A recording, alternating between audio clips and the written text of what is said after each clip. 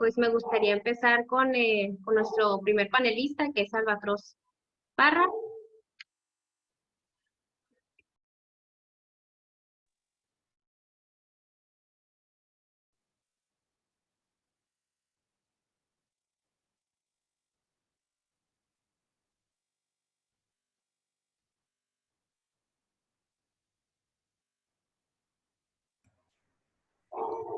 Albatros, creo que no se te escucha.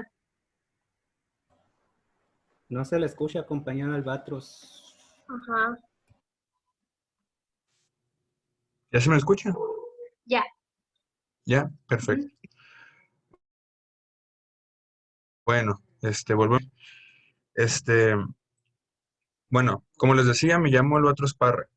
Soy estudiante de arquitectura de la universidad.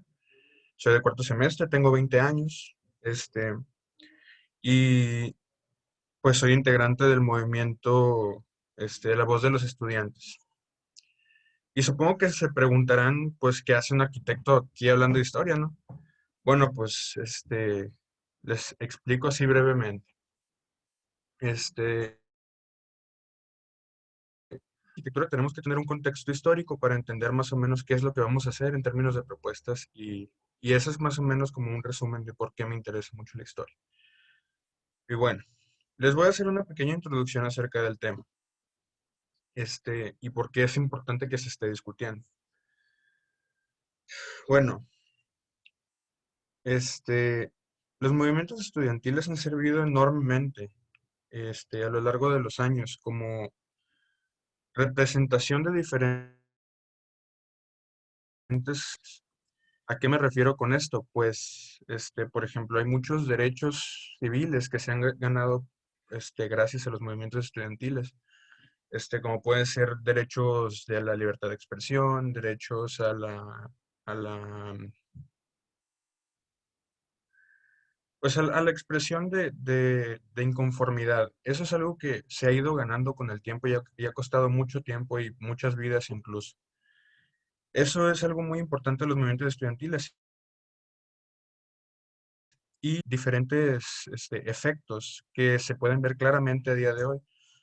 Inclusive nuestro presidente se puede ver como un efecto de todos estos movimientos que se han hecho a lo largo de la historia, siendo el más importante, al menos en México, o el más llamativo, el de 1968. Bueno, empezaré por poner contexto histórico, ¿no? Después de la Segunda Guerra Mundial, se da una de muchas cosas que se perdieron durante la guerra, como lo puede ser la actividad industrial, la población enormemente creció, y esto generó de que durante la guerra muchas partes de la economía, tanto de Estados Unidos como de otras potencias que participaron en esta guerra, migraron hacia sus países satélites. En nuestro caso, México, fue la economía de los Estados Unidos la que se pasó en una parte a México, en la industria del entretenimiento, en la industria en general, en la producción de petróleo, en la producción de diferentes bienes. De esto derivó una situación que se conoció como el desarrollo estabilizador, cosa que permitió que la economía de muchos países que si bien no eran del primer mundo, se convirtieran en economía en países en vías de desarrollo y cambiar su estatus completamente. ¿Qué produce que se dé, junto con todo este recambio generacional que significa el aumento exponencial de la población? Produce que cada vez haya una población más educada, una población con mayor capacidad de compra, con mayor capacidad en diferentes cosas, este, que se combinó con un estado me refiero al estado, al gobierno, a las empresas, a la iglesia, por ejemplo. Eh, Eso es muy opresor, era muy controlador. Y eso en cada aspecto de la vida social, no se podía decir nada, no se podía no se podía expresar nada en público, no se podía hacer una manifestación, no se podían hacer muchas cosas que a día de hoy se ven como lo más normal del mundo. La libre expresión era un mito en aquella época. Entonces, toda esta situación es algo que se replica, vemos hacia mediados del siglo XX. Bueno, pues vemos que empiezan a haber una serie de levantamientos a nivel mundial, como lo fueron los levantamientos en favor de los derechos de los afroamericanos en los Estados Unidos, en favor de los derechos de la mujer también en Estados Unidos y en Europa, así como la contracultura que creció en esa época y alcanzó su máximo en los 60, ¿no? Y es precisamente la que la mayoría de estos movimientos estudiantiles icónicos que conocemos todos y que todo mundo nos los enseñaron en nuestras clases de historia, o al menos se nos debió haber enseñado en nuestras clases de historia, fue cuando se dan. Bueno, y aterrizándolo más en los movimientos estudiantiles, pues no se puede empezar a hablar acerca de esto sin mencionar todo lo que pasó en los 60. Y les voy a empezar por decir que lo mismo que ocurrió con el Instituto Politécnico Nacional y con la Universidad Nacional Autónoma de México, la UNAM, también se dio aquí en Sonora, solo que con unas ligeras diferencias. La cuestión en Sonora era que existía también un estado rector muy, muy fuerte, pero también existían sociedades estudiantiles que eran fuertes, ¿no? Que ciertamente en aquella época eran integradas por una gran parte de estudiantes de preparatoria, y porque en ese momento la Universidad de Sonora tenía una preparatoria. Entonces, todo esto genera que los agentes del Estado, como lo puede ser la iglesia en gran parte en esta zona era una gran parte de ese agente, pues que no quisieran permitir a los estudiantes su libre determinación. Y esto ocasionaba que en muchas ocasiones el Opus Dei se metiera a la Universidad de Sonora y empezara a maltratar o a golpear a los estudiantes, cosa que llegó a su límite, en que los estudiantes, perdón, se manifestaron y cerraron la universidad. Esto fue en 1967. ¿Y cómo respondió el gobierno? Mandando al ejército, violando la autonomía de la Universidad de Sonora, haciendo algo muy similar a lo que ocurrió en su momento en Ciudad Universitaria, ya en la Ciudad de México. Eso solo para generar un antecedente, para decir que no solamente ocurren estas cosas en las grandes metrópolis, o en Guadalajara o en Monterrey. No, esto es algo que ocurre de manera global. Es algo que impacta en diferentes partes de nuestra vida, en diferentes partes de cómo los movimientos formaron al mundo actual. Bueno, no se puede hablar de esto sin mencionar lo que pasó en la Ciudad de México. A final de cuentas es la historia general, ¿no? Es la historia que todos conocemos, la que todos nos han contado. Entonces, vamos a empezar. ¿De dónde salió el movimiento estudiantil de 1968? Bueno, pues va a sonar trivial, sin duda que suena muy trivial, pero empezó de una pelea de preparatorianos. Esto entre gente de la preparatoria de la universidad, bueno, de la UNAM, y me parece que del IPN, no estoy muy seguro ahí. Entonces, lo que ocurre es una pelea en la cual el Estado se mete a detenerla, a hacer algo, y la típica opresión que aplica el Estado, ¿no? Mandan a ganaderos, mandan al ejército, y todo esto desemboca en que hubo un día en el cual se metieron a la preparatoria número 1 de la UNAM, que en aquel momento estaba en el antiguo Colegio de San Ildefonso, en el centro de la Ciudad de México. Y esto generó una gran indignación en los estudiantes, principalmente en los de la universidad, en la UNAM. Este, los estudiantes se levantan, ¿no? Los universitarios principalmente dirigían el levantamiento. Y junto con la Universidad Autónoma se levantó el Instituto Politécnico Nacional. Y el Instituto Politécnico Nacional ya también tenía una historia de que en otro momento de la historia también se metió el ejército a la escuela, por el mismo tema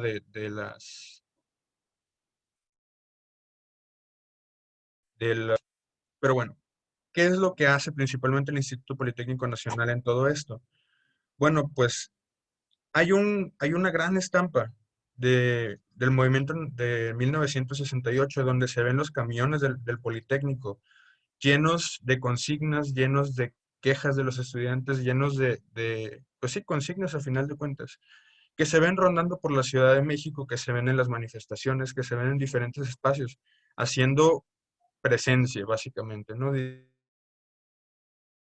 Diciendo qué es lo que piensan los estudiantes, qué es lo que piensa la gente, cuáles son las quejas y haciendo presencia, haciendo un golpe político constante contra el gobierno que en aquel entonces era dirigido por Díaz Ordaz.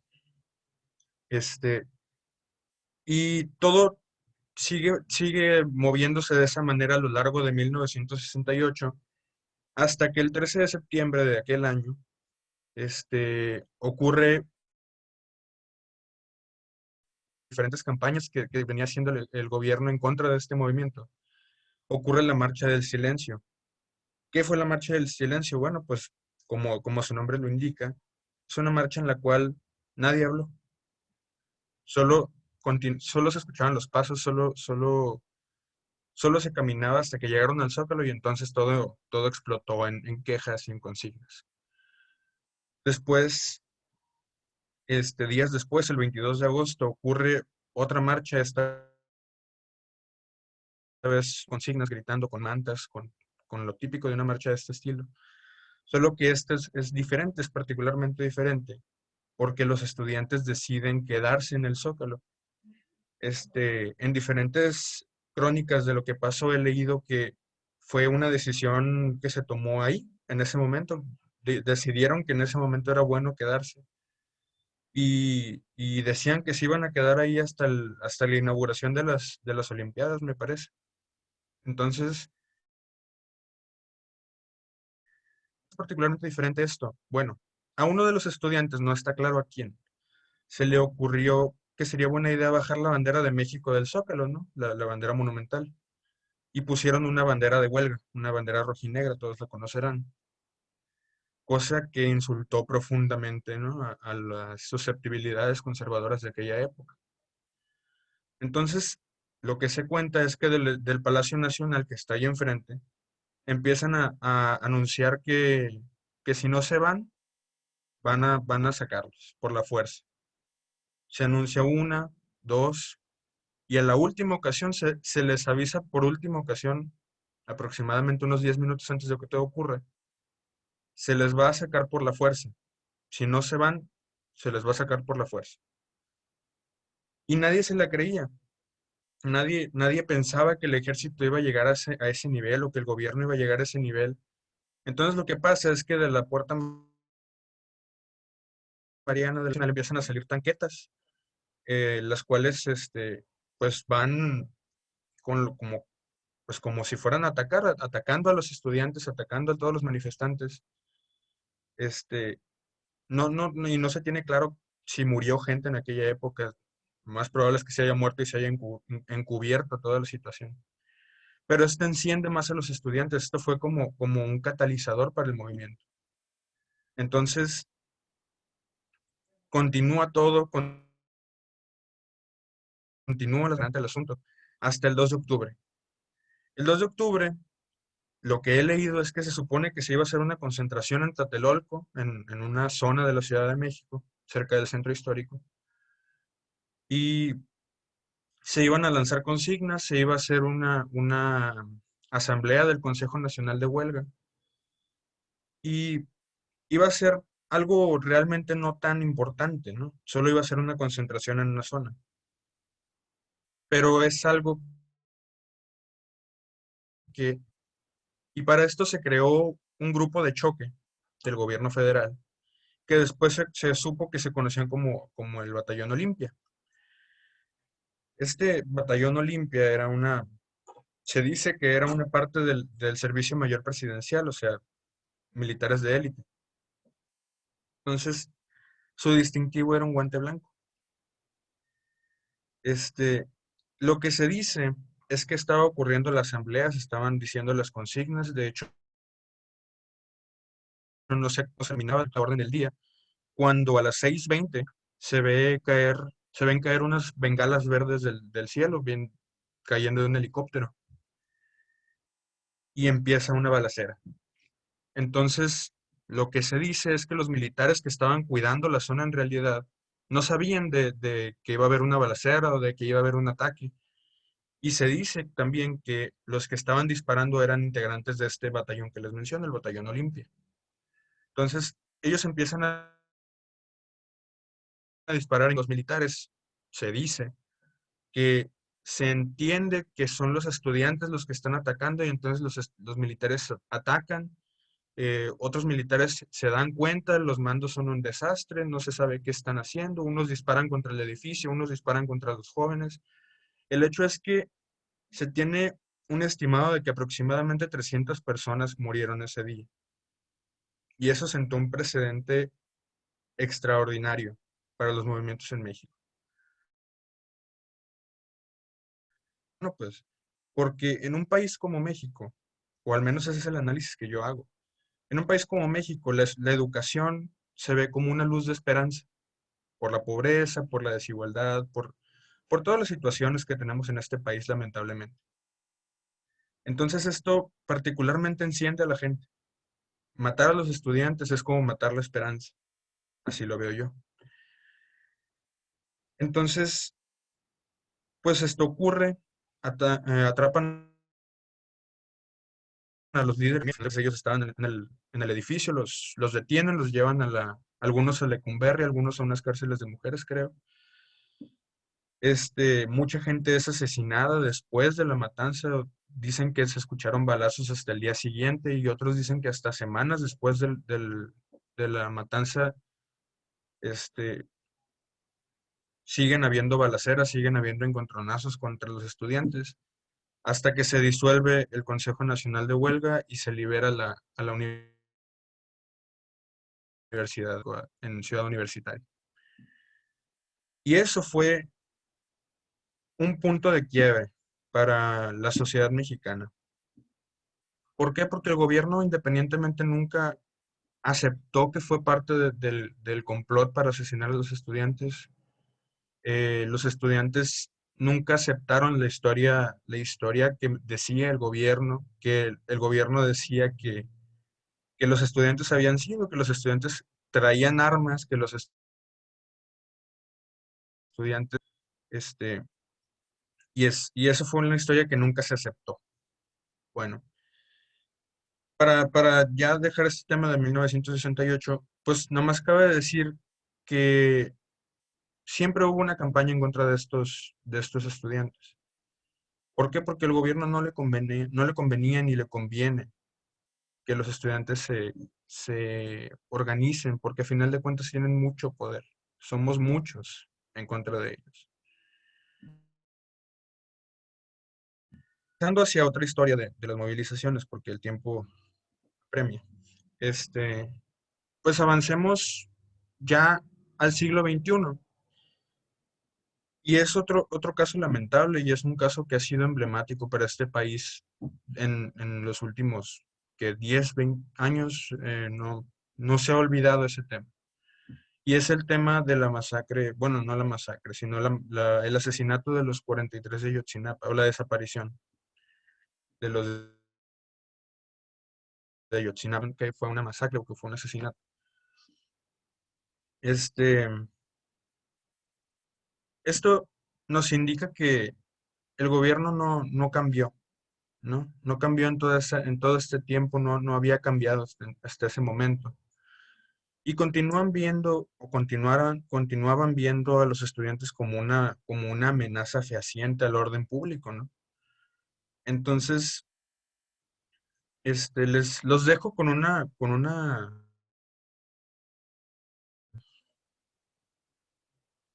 vamos nosotros los estudiantes a permitir que se nos siga tratando como personas que no importan o como personas que no tenemos derecho a opinar sobre la vida política de nuestro país o la vida política incluso de nuestras instituciones de educación. Vamos a permitir que se nos siga viendo de esa manera. Vamos a seguir bajando la cabeza frente a eso, porque a mí me parece que ya ha sido mucho. Ha muerto mucha gente por defender los derechos que ahora tenemos y no podemos permitir que siga pasando. Y con eso cierro mi participación. Bueno, eh, doy paso al siguiente exponente. Gracias. Gracias, Albatros. Bueno, muchas gracias por estar aquí, por unirse. Y les quería comentar también que va a haber una sección de pues que ustedes como espectadores pueden participar.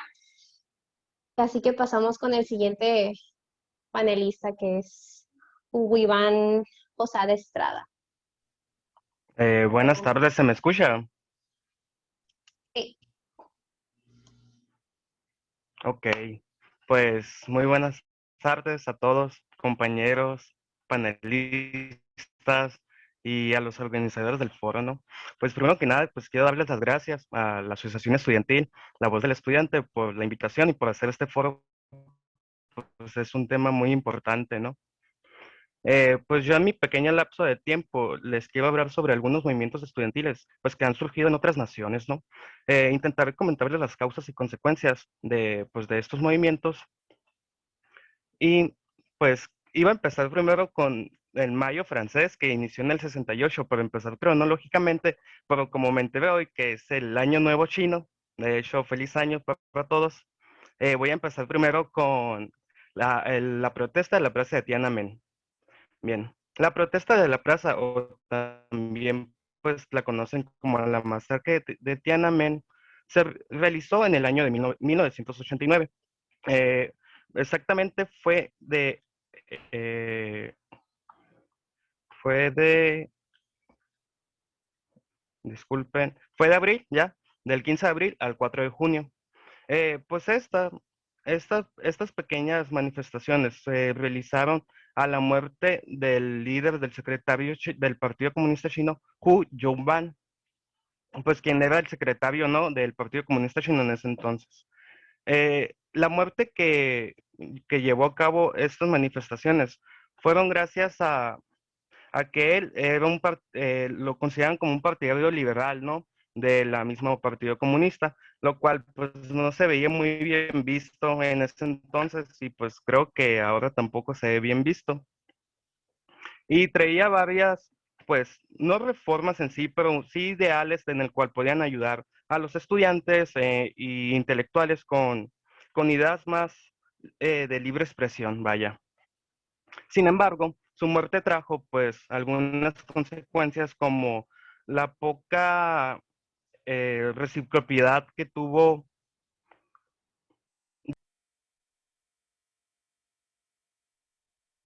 ¿Sí? Bueno, le voy a seguir. Eh, pues la respuesta del partido fue lenta hacia su muerte, ¿no? Y hubo muy poca conmemoración hacia el homenaje del fallecido. Esto trajo un pequeño descontento en varios grupos de estudiantes, el cual se manifestaban enfrente de la Plaza Tiananmen, en donde fue el funeral de, de Hu. Bien, pues antes de seguir comentando, quisiera explicar un poco el contexto. Pues los, ¿cómo puedo decir? Antes de Hu Ban había estado Deng Xiaoping, que también fue un líder del Partido Comunista Chino y también fue presidente de la República China. Él trajo algunas reformas, que son las reformas de apertura. Estas reformas de apertura fue con las que ahorita el gobierno chino pues está obteniendo frutos en el mercado económico, ¿no? Más sin embargo, para el año de 1989, en donde sucedió todo este acontecimiento, pues todavía no daban los frutos que dan ahorita, ¿no? Y gracias a estas reformas se dividieron en dos los grupos de la sociedad de China. Estaba el primero, que era instruida por estudiantes intelectuales, los cuales veían a las reformas del 78 que había hecho Deng Xiaoping absurdas para ellos, ya que no traían beneficios para las universidades ni para los intelectuales. Sin embargo, está el segundo grupo, que era compuesto por campesinos y obreros urbanos, los cuales sí traían muchos beneficios a ellos, pues aumentaban sus ganancias en sus trabajos. También otro punto que da más contexto a estas manifestaciones fue que en la Unión Soviética, el vecino del norte de los chinos, pues estaban llevando algunas reformas por el expresidente Mikhail Gorbachev, la cual la más importante era la Glasnost, que en esta hablaba sobre la libertad de expresión hacia los periódicos y la prensa de la Unión Soviética. Y pues los manifestantes chinos y estudiantes se veían muy interesados a estas reformas, pues ya que la Unión Soviética, a ser también un país muy similar a China respecto a su ideología comunista, pensaban que también se podría implementar pues en su sociedad, ¿no? Bueno, ahora sí ya vamos con las manifestaciones. Todo inició en el funeral de Hu Huban, el cual se vio muy poco conmemorado este funeral y los estudiantes chinos pues fueron a la plaza de Tiananmen a exigir que se hablara con el vicepresidente, quien era Li Peng para ese entonces, el cual rechazó este diálogo entre los estudiantes y cabe destacar decir que era rival de Hu. Luego de esto, pues la Universidad de Pekín llama una huelga general en todas las universidades de los estados, de la ciudad. Esta se llevó en abril de 1989. Con ello, pues el presidente que se puso en turno, que era Deng Xiaoping, el que les digo que hizo las reformas de la apertura económica, llama a un discurso en el cual acusa a los estudiantes de alborotadores, ¿no? Lo cual trae un gran enojo general a todos los estudiantes de la República de China y es hasta el 29 de abril de 1989 cuando inicia una gran protesta hacia las calles de Pekín con más de 50,000 estudiantes. Pues bien, estas protestas fueron ya que solo veían reformas económicas en los liderazgos de Deng Xiaoping y no veían las reformas liberales y políticas que eran las que ellos buscaban en realidad. Y ya, pues se siguieron llamando más manifestaciones de huelga. Para esto, pues el gobierno chino llamó a una ley marcial y un toque de queda en todas las ciudades de China. Las grandes urbes, ¿no? Como serían Pekín, Shanghái, Hong Kong. Bueno, Hong Kong no. Hong Kong es punto de aparte, ¿no? Pero sí a las grandes ciudades. Eh, y ya de ahí, pues, a los estudiantes, pues, se podría decir que les valió esta ley marcial y el toque de queda. Y pues empezó a llenarse más y más pues de participantes, ¿no? En las manifestaciones. Igual, ya de fuera de los estudiantes también hubo pues intelectuales, profesores, obreros, madres, hijos, etcétera, ¿no? También cabe destacar que pues fueron llamadas a todas las asociaciones de estudiantes, eliminando exactamente a las asociaciones que fueran partidarias del Partido Comunista, pues se les creía que eran unos traidores y buscaban ser espías en estas manifestaciones, ¿no? Para el 4 de mayo, las manifestaciones empezaron a incrementar a números de hasta 100,000 estudiantes por manifestación. Y fue hasta el 13 de mayo que las huelgas empezaron a convertirse en huelgas de hambre, expandiéndose hasta 3 semanas.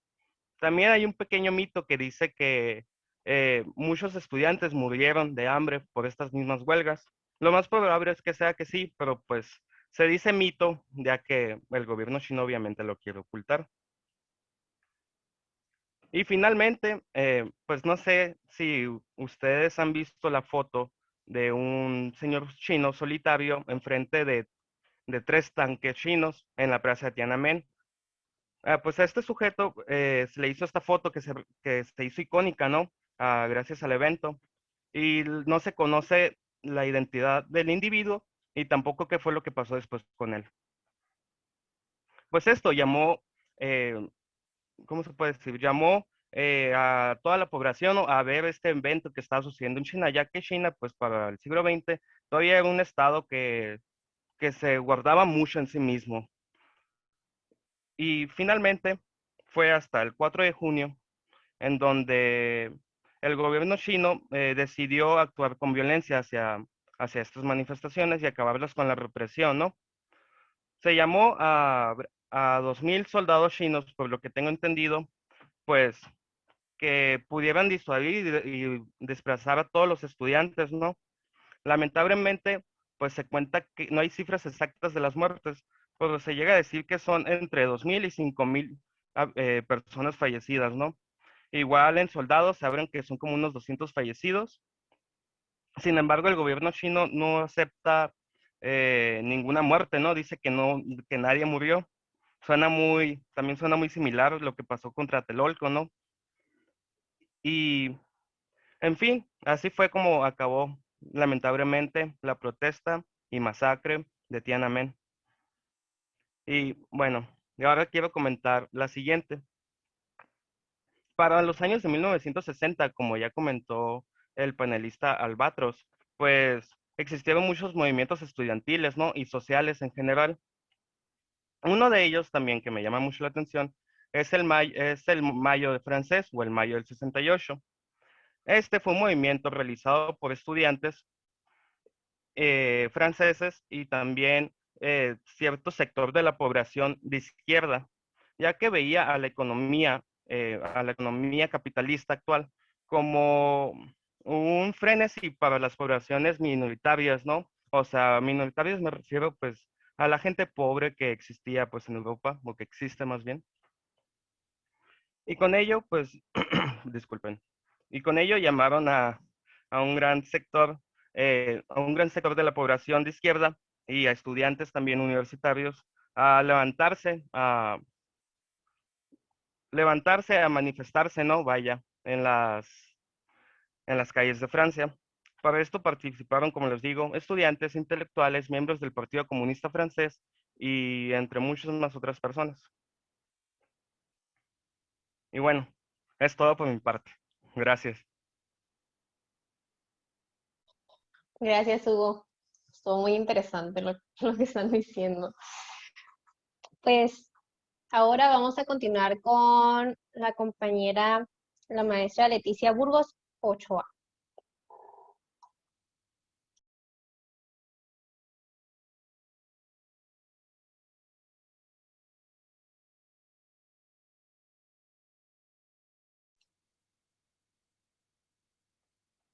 Creo que sí se encuentra aquí.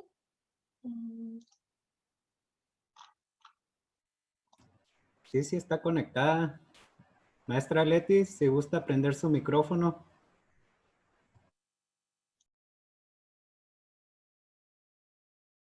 Perfecto. Gracias. Gracias. Un gusto de estar en la voz de las y los estudiantes que me han hecho esta invitación para participar en un espacio más de diálogo y de construcción y de deconstrucción también respecto a nuestras vidas como jóvenes. Bueno, su servidora Leticia Burgos Ochoa, soy egresada de la Universidad de Sonora, 1976-82, algunos ayeres.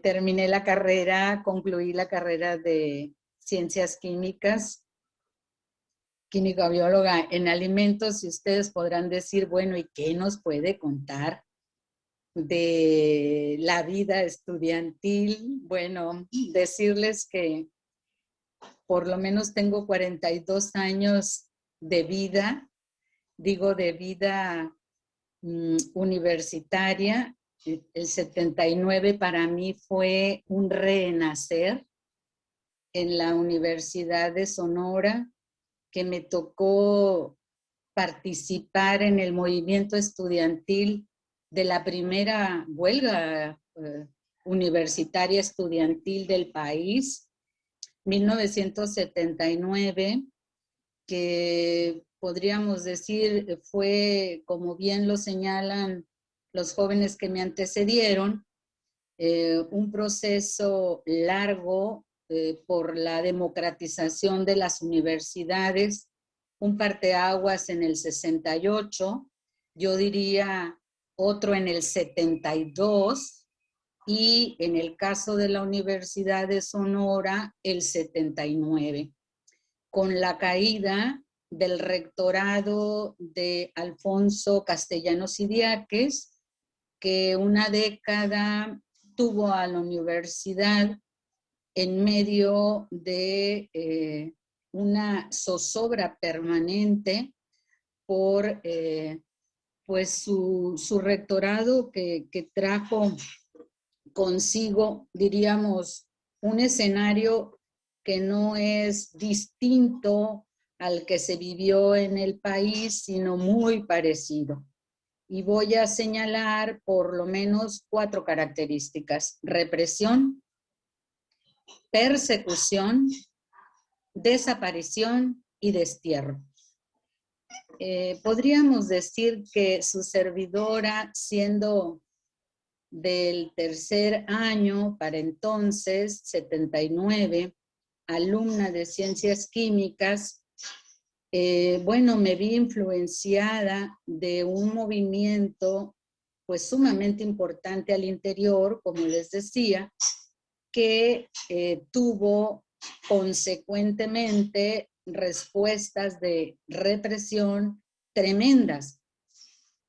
Los micos eran la expresión viva de militares atacando al movimiento estudiantil de diversas formas. Gracias, en algunos casos, en mi caso lo fue, a mi madre, a mi padre, que nos acompañaron en la huelga estudiantil del 79, fue que sobrevivimos frente a las actuaciones militares y paramilitares que desde luego nos embistieron, inclusive irrumpiendo la universidad, violando la autonomía universitaria y también desapareciendo, o sea, no solamente reprimiendo, sino desapareciendo. Seguramente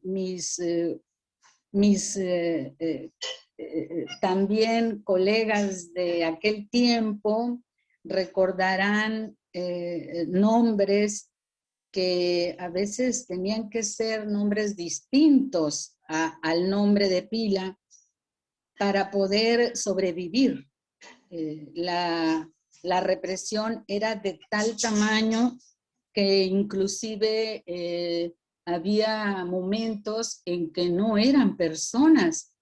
Es decir, los micos eran paramilitares, militares vestidos de civiles que irrumpían nuestras manifestaciones, nuestras marchas, inclusive entraban a la universidad a socavar nuestro movimiento estudiantil, sino eran también perros, Doberman que los amaestraban para atacarnos. Recuerdo a uno de mis maestros que lo invalidaron de una de sus piernas precisamente porque eran perros que educados para olfatear nuestra presencia, adquirían objetos nuestros y esos objetos eran parte de la maestría que les daban a los perros para nuestra persecución. Ustedes podrán imaginarse cómo es que en nuestra defensa una piedra no la regresaban.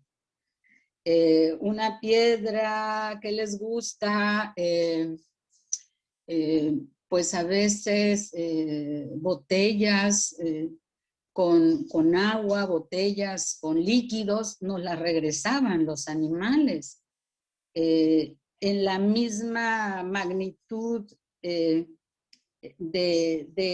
envío que hacíamos de nuestra parte, nomás para que se puedan imaginar lo que significaba la vida estudiantil. En aquel entonces estamos hablando de la defensa de un proceso democrático que el 68 irrumpe en el mundo, diríamos, como bien lo dice Hugo, en Francia y en otras latitudes del mundo, pero particularmente en México, que se venía gestando desde los movimientos del 60, de magisteriales, de ferrocarrileros, de electricistas, en la lucha por transformar precisamente nuestro país. El 79 en la Universidad de Sonora, tuvimos ese proceso que nos marcó. Digo, renací el 79 y me di cuenta que renací cuando salí de la universidad, porque fui perseguida y también fui desterrada. Como toda pues universitaria que busca después de que concluye, pues trabajo, ¿verdad? Y yo conseguí trabajo, siendo química, conseguí trabajo en una de las empresas de aquí, de Cajeme. Por cierto, no les dije que soy de Cajeme. Soy de Cajeme, tengo esos 42 años de renacimiento, y en el 82, que empecé a trabajar mi profesión, gobernación, me hizo la notificación de no ser grata en la empresa de Sonora. Como bien lo señalaba el joven, el primero que habló, que me antecedió, efectivamente, no solamente era el Opus Dei, era una clase económica muy fuerte que persiste en el estado de Sonora, que marcaba todo, marcaba la pauta de toda la vida del estado de Sonora. La clase económica prevaleciente y gobernación se encargaba de operar lo que la clase económica determinaba. Creo que el 82 fue un 82, y puedo decir del 82 al 88, un cúmulo de movimientos en el país que dio paso a un movimiento muy amplio de masas en diferentes, y creo que parte de ese movimiento, y me refiero al Frente Nacional contra la Represión que encabezó doña Rosario Ibarra de Piedra, que a la cual le agradezco y la honro en vida, que dio y que ha dado y sigue dando muestras de consecuencia por esa etapa tan fuerte que le arrebató vidas de las garras, de las, podríamos decir, de las cárceles clandestinas que había en este país, y que me atrevo a decir que todavía existen con la complacencia del ejército. Si no, habría que saber la verdad histórica y jurídica de los hechos del 68, pero sobre todo de los 43, de los desaparecidos de Ayotzinapa, Guerrero. Entonces, creo que esa etapa fue muy importante. Estoy hablando del 82 al 88, que se muestra en las calles un enorme ansiedad de transformar este país hacia otro estadio que aún no lo tenemos. El capitalismo imperialista depredador, que luego lo adornamos con esto de que le dicen neoliberal, no es más que el capitalismo imperialista depredador el que prevalece en nuestro país, depredador de nuestras riquezas humanas y de nuestras riquezas naturales y de todas nuestras riquezas. Él marca una etapa muy importante, del 88 a la fecha, un proceso democrático de resistencia profunda. Hablo de mujeres, del movimiento feminista, pero también del movimiento estudiantil en las universidades, que más o menos se va marcando y que hasta vamos conformando hasta partidos políticos.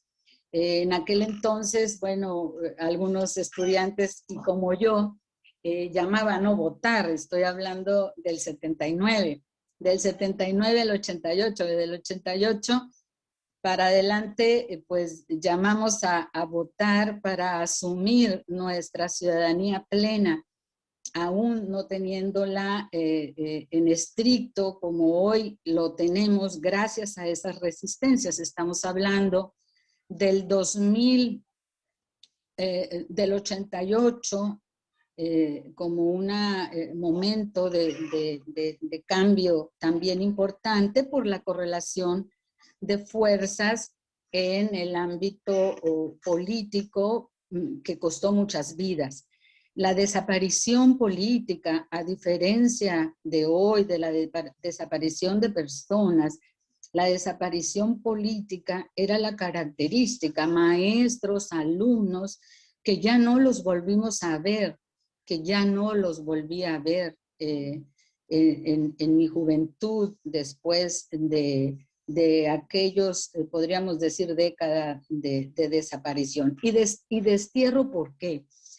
Porque era muy común que gobernación no solamente perseguía, sino que también instrumentaba el destierro cuando por el hecho de participar en un movimiento le parecía a la clase económica un peligro, entre comillas, ¿verdad? Entonces, yo quisiera dar paso, porque es muy importante la conversación. En ese proceso tenemos movimientos muy importantes en Sonora, el movimiento del Valle del Yaqui, del Valle del Mayo, por la tierra, los movimientos populares contra la carestía, que fueron fraguando lo que hoy tenemos como legados. Creo que muy importante, la Ley General para prevenir, investigar y sancionar la tortura y otros tratos y penas crueles, inhumanas y degradantes, son producto de esos movimientos estudiantiles.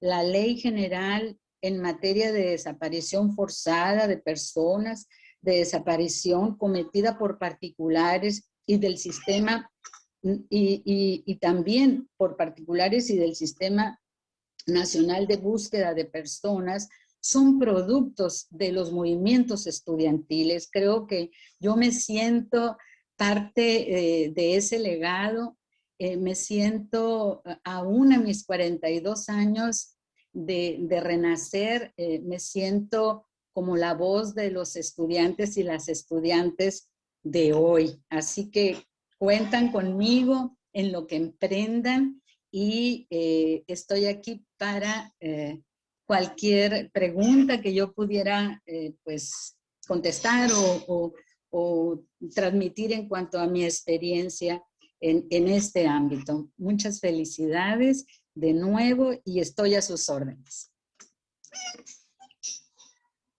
Muchas gracias, maestra, por sus bonitas palabras y por su explicación. Estuvo muy interesante. Pues no sé si quiere agregar algo más.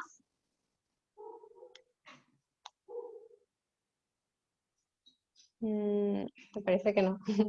Bueno, pues bueno, ya pues más bien quisiera que si hubiera preguntas o comentarios, creo que vale la pena solo decir que son varios los procesos de resistencia que han aportado al movimiento democrático. No creo que haya, no creo que sea blanco y negro, o sea, estás conmigo, estás contra mí. No creo en eso. Formo parte de una generación que aún en una correlación totalmente adversa, fui diputada federal por el Partido de la Revolución Democrática 1994-97 y fui senadora de la República 2000-2006. Precisamente en el 2000-2006 sacamos leyes en la adversidad, totalmente en la resistencia. ¿Con quién? Pues con quienes pudimos hermanarnos de todos los partidos políticos. Este país ocupa reconocer procesos democráticos muy atropellados, pero donde hemos cerrado filas, hombres y mujeres, y la diversidad sexual para lograr el marco que tenemos. Muy avanzado en muchos aspectos, poco aplicado en la gran mayoría de esos logros. 2001-2003 se dio paso a reformas muy importantes. El 2011 la reforma en materia de derechos humanos y estas leyes que hice mención, muy importantes, y la última, la paridad en todo. Creo que ahí está el granito de arena de las estudiantes, de los estudiantes, de los procesos democráticos que se han vivido en nuestro país. Y creo que saber esto es muy importante. La diversidad de sociedad que somos, nos necesitamos para desmantelar un capitalismo voraz que hoy por hoy persiste en nuestro país sobre cualquier discurso que pudiera estarse abanderando cualquier fuerza política. Creo que es producto de este proceso tan diverso y plural que es nuestro país, este mosaico político, pero sobre todo la ambición de poder transformarlo para bien del conjunto de la sociedad mexicana en un proyecto verdaderamente democrático, igualitario, justo y de paz.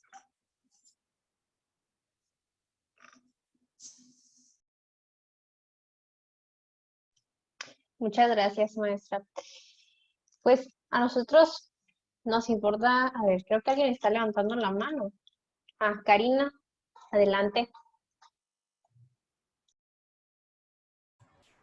Karina, si gustas abrir tu micrófono. Listo, muchas gracias.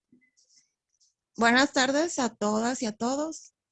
Solo quiero comentar que, pues como están haciendo mención, de pues lo importante que es este ejercicio de tener memoria histórica de todos los movimientos que nos han antecedido a este movimiento que estamos conformando los estudiantes por la democratización de la Unison, porque todas estas represiones de las que nos están hablando, que se han dado a lo largo de la historia y que se siguen dando, pues son lo que viene a argumentar toda esta lucha que tenemos hasta la fecha.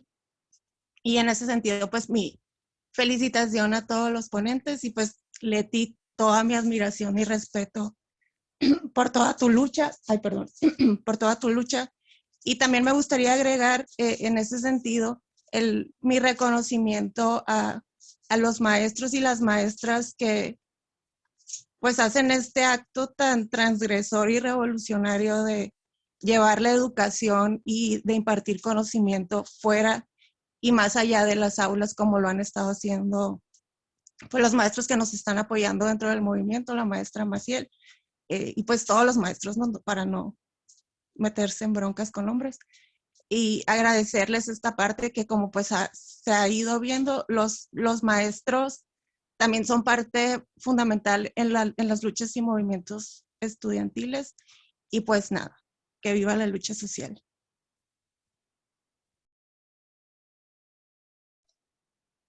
Muchas gracias, Karina. Y pues muchas gracias a todos. Igual están abierta la solicitud a que ustedes hablen, que puedan comentar. Gracias a los panelistas por haber querido exponer sobre este tema tan importante que deberíamos de saber todos los estudiantes y deberíamos de estar orgullosos que todavía seguimos luchando.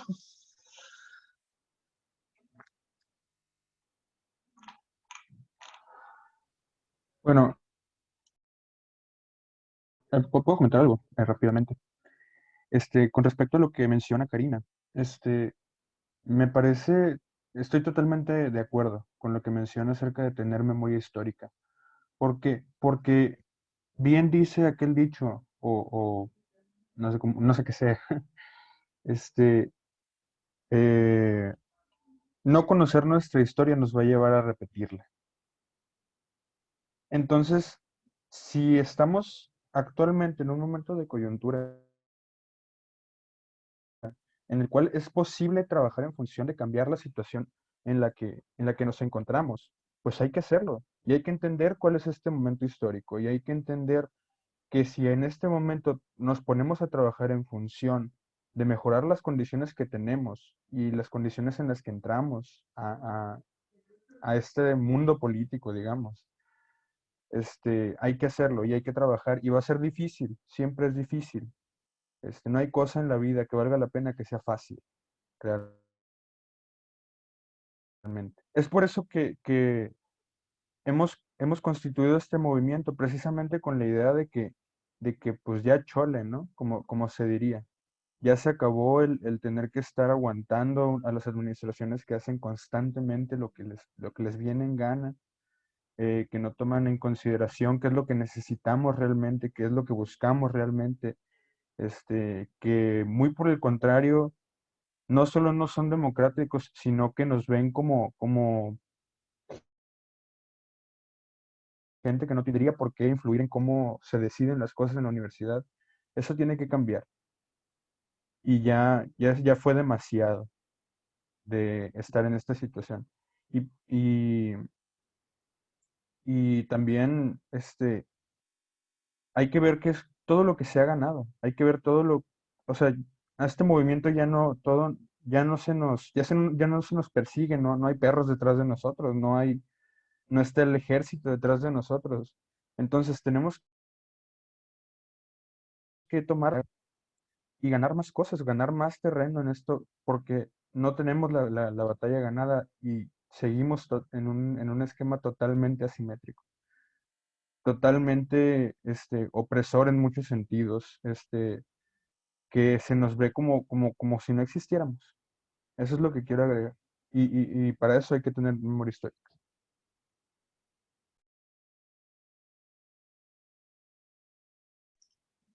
Estoy muy de acuerdo contigo, Albatros. Siento que todavía nos siguen viendo como estatuas que nada más nos están enseñando a ser soldaditos para traer dinero.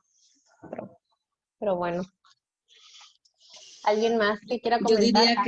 diría que efectivamente, como dice nuestro amigo, efectivamente no hay perros detrás de ustedes hoy, pero hay relaciones antidemocráticas y patriarcales que hay que desmontar.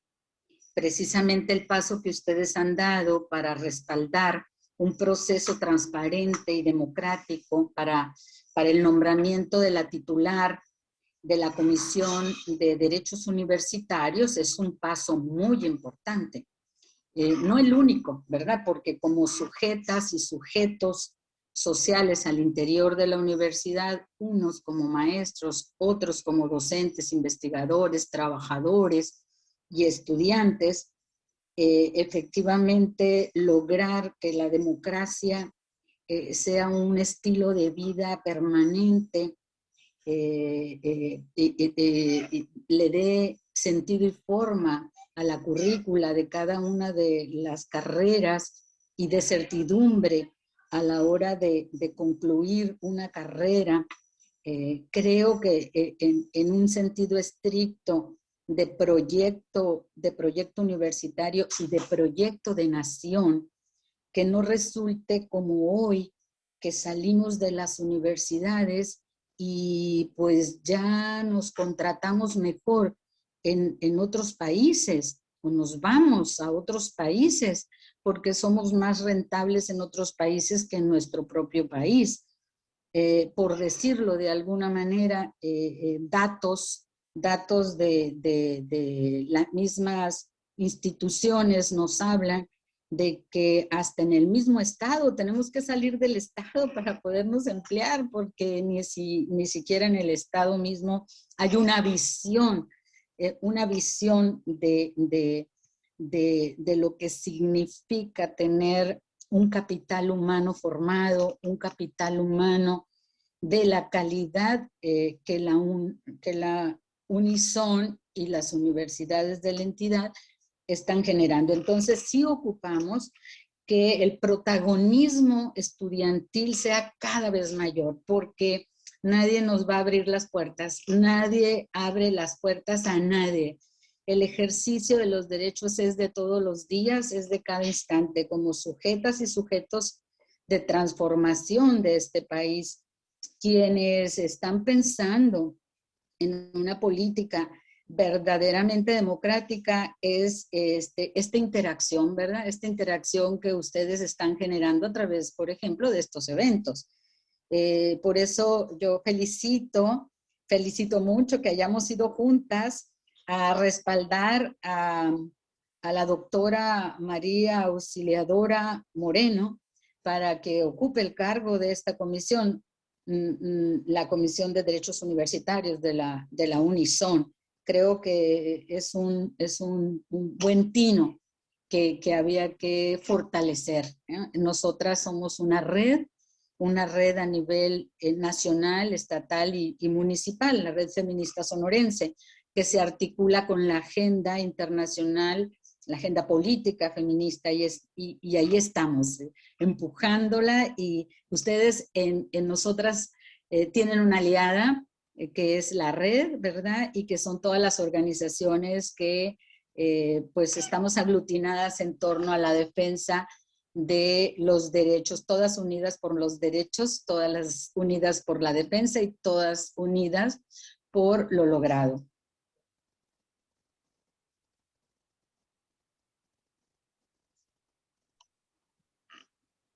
Muchas gracias, maestra.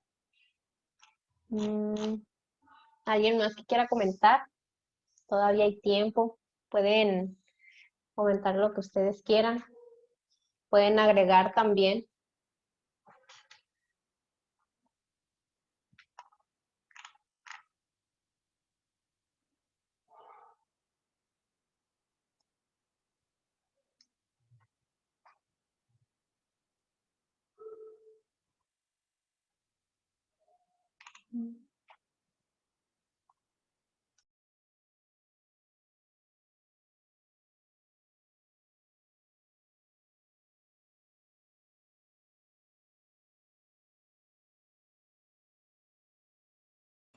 Horacio está levantando la mano.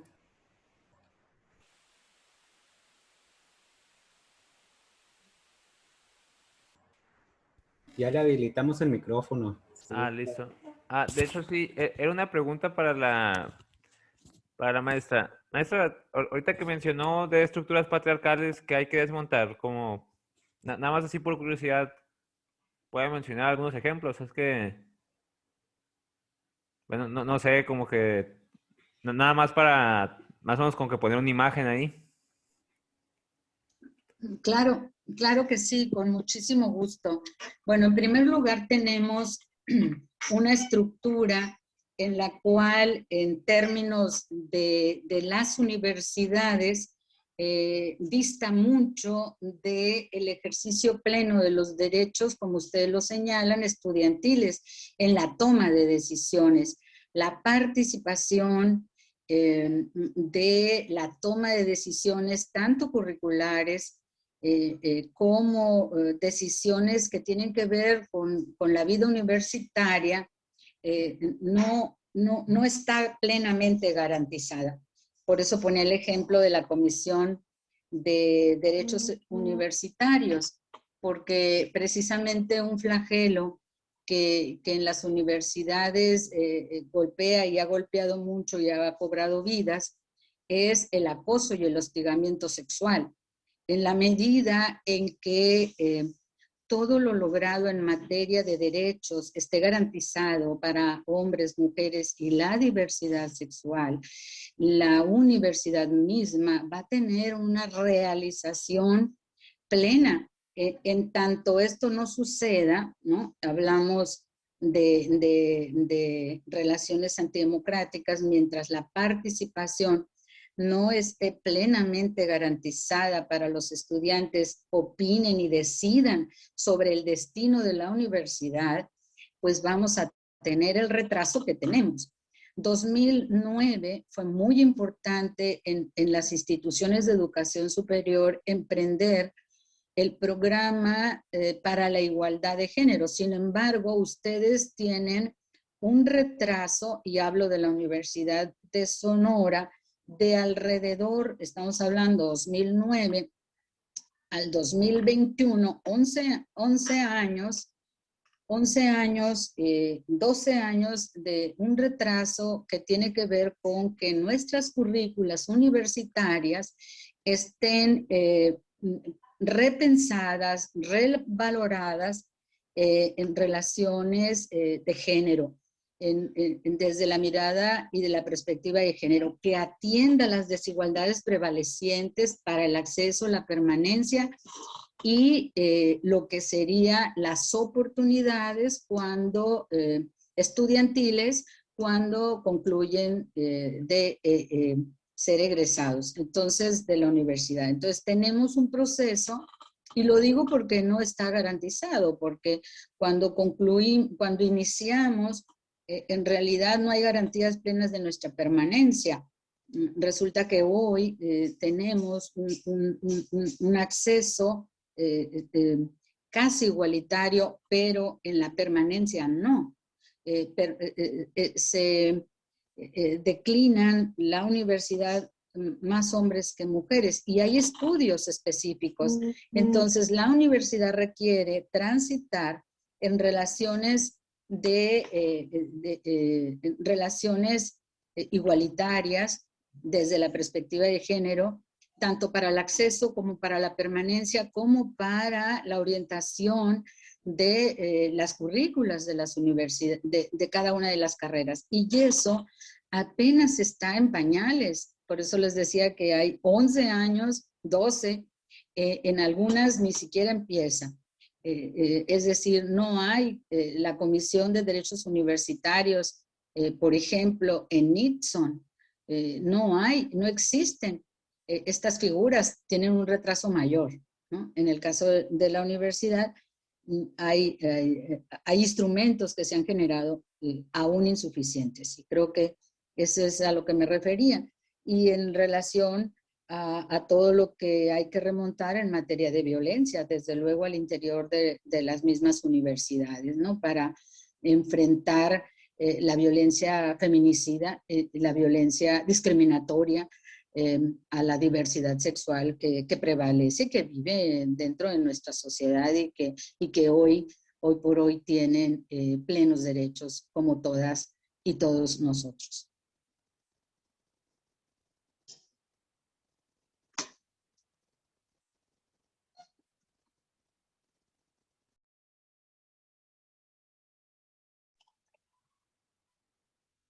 Muchas gracias, maestra. No sé si hay otra pregunta, algún comentario, sino para ya poder cerrar el foro.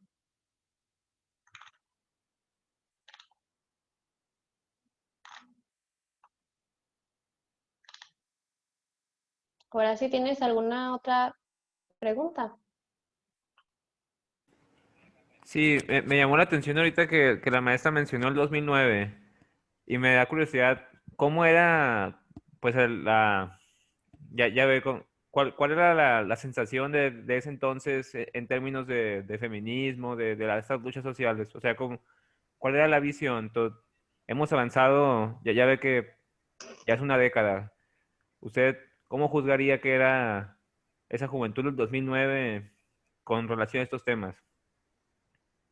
Bueno, en primer lugar, en el 2009 México se obliga. En realidad estoy hablando de la Convención Internacional para avanzar en lo que es encarar la desigualdad, la discriminación en el mundo. Y México signa con UNESCO, y luego ya al interior de México, la NUYES con las universidades, el programa por caminos hacia la equidad de género, que muy recientemente se modificó como el programa para caminos a la igualdad de género. Entonces, pues desde luego que hay una diferencia entre algo que te obliga a que no te obligue. En que una realidad nos golpea todos los días en relación al acoso y el hostigamiento sexual en las universidades, y abordarlo y no abordarlo, de tener un protocolo que obliga al sector público que en cada una de las universidades haya protocolos, ¿sí? Muy recientemente conocemos el paso que se está dando en las universidades para contar con estos protocolos, que quiere decir actuar de cara a la violencia sexual, al acoso sexual en una universidad, que pues dejarlo pasar. O sea, hay una diferencia. En el 2009, México se obliga a atender lo que es la violencia de género en las universidades, de todo tipo, ¿no? Para el acceso a la permanencia y lo que es el desarrollo profesional universitario. Entonces, hay una diferencia en ese sentido. Lo que no quiere decir es que ya la realidad haya cambiado, no, que tenemos que hacer valer, o sea, tenemos que hacer valer estos logros o estos compromisos internacionales, porque responden precisamente a una realidad que nos lacera, que es la violencia en las universidades, la violencia de todo tipo y las modalidades, ¿no? Hoy apenas estamos conociendo de la violencia cibernética, de la violencia en redes. ¿Qué les digo? 2 años atrás era un reclamo. Hoy podemos apelar al delito que se persigue por violencia cibernética. Entonces, creo que es muy importante que en el caso de las universidades estén a tono con los logros alcanzados para hacerlos valer.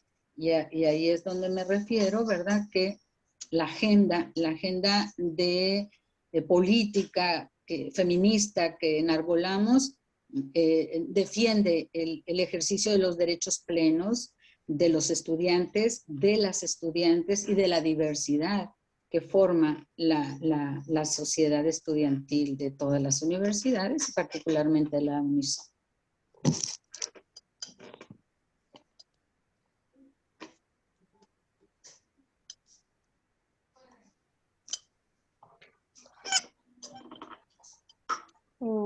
Pues muchas gracias, maestra. Espero que,